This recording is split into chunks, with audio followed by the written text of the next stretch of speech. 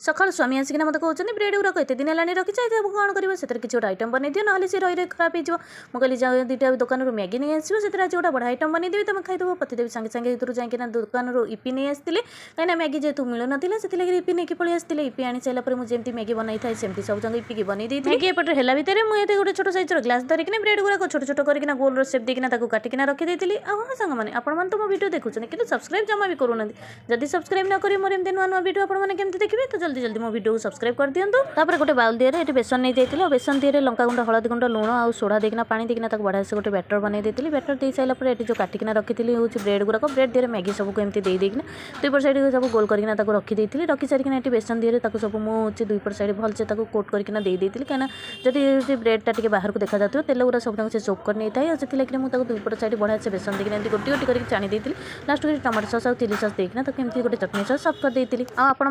थे ट्राए करूँ और मत कमेंट माध्यम निश्चय जानतु रही जय जगन्नाथ।